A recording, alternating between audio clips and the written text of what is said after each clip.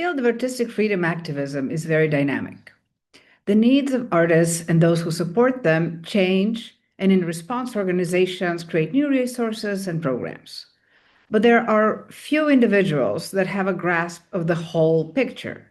And as a result, we often duplicate effort, we fail to utilize resources fully, we overexpand some resource areas and underserve urgent needs.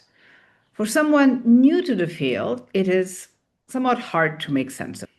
This visualization offers an overall big picture of what we need, the resources we have, and by extension, of the gaps that need to be filled.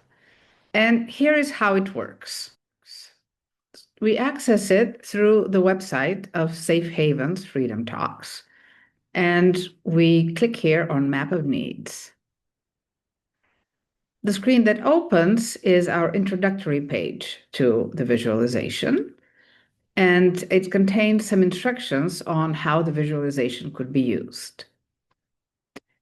The map is divided into needs and resources. They're connected with lines connecting a need to a resource. When we click on a need, several subbubbles appear around that need that describe in detail what that need comprises of. So with monitoring, for instance, we have the sub-needs of tracking discrepancies between laws, international and state policies, and their implementation. We have evaluating UN or other country reports. There's also around a need, black rectangle. And you'll see that not in all of the needs, but in some of them. And that rectangle designates sometimes a note, sometimes a word of warning. It's not a specific sub-need, but it is what one should take into consideration when analyzing that need. In that case, with monitoring, the caution is that the process of reporting needs to offer care. Telling the stories of artists can re-traumatize, and it also should offer material compensation to artists. That's a note that we gleaned from conversations with artists at risk, and we thought we should add that as something that people involved in monitoring should take into account.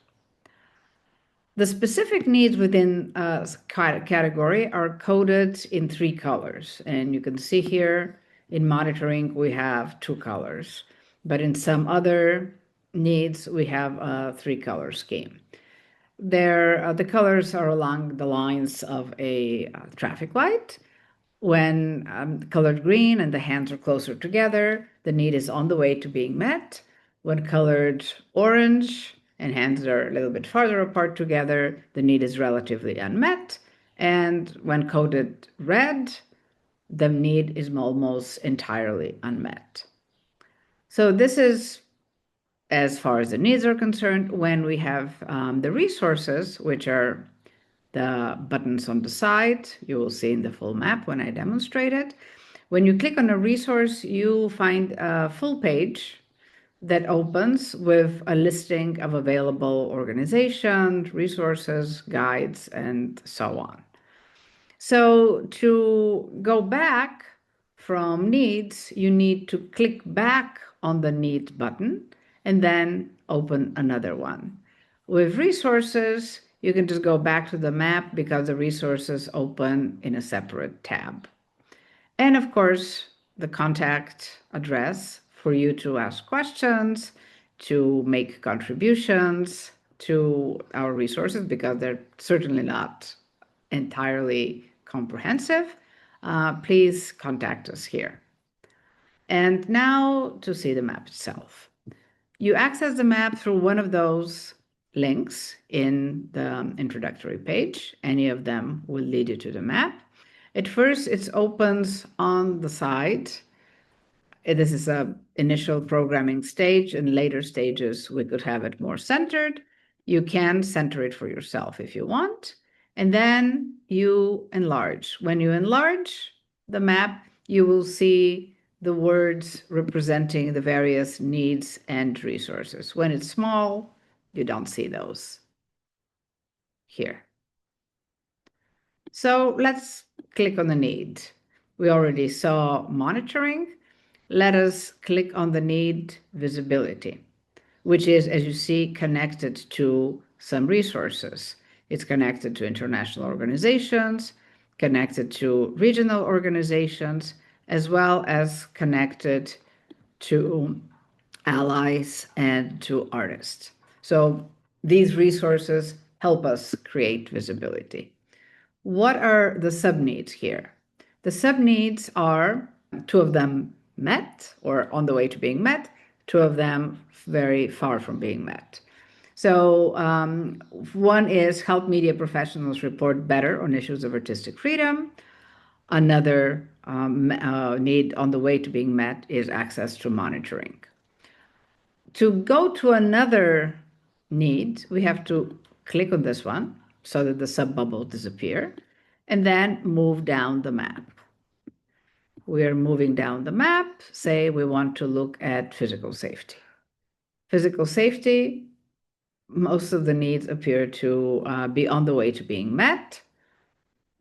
It works the same as the other one. I want to show you one that has needs that are not that met, which is psychosocial safety. So psychosocial safety, you see a need that is in red, which means that it is almost entirely unmet. And that need is the need for a global community and collaboration between the artists themselves. We click back and the bubble disappears. So let's go now to resources. And we go, for instance, to the resource here, which is reports and studies.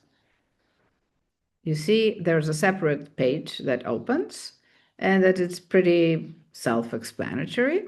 We have a listing of organizations monitoring and reporting on violations. These are all links that you can click on and see, go more in depth exploring those organizations. There's a listing of general artistic freedom reports, also linked to where you could see the reports. And there are regional reports, there are studies connected to artistic rights.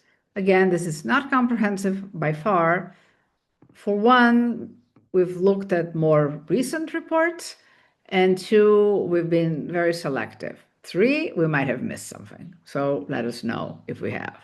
To go back to the map, you just click on the tab, which takes you back to the general map. So this is mostly it, having in mind, again, that we have to enlarge and make smaller to make the map readable. By its nature of abstracting the big picture, the visualization doesn't cover everything.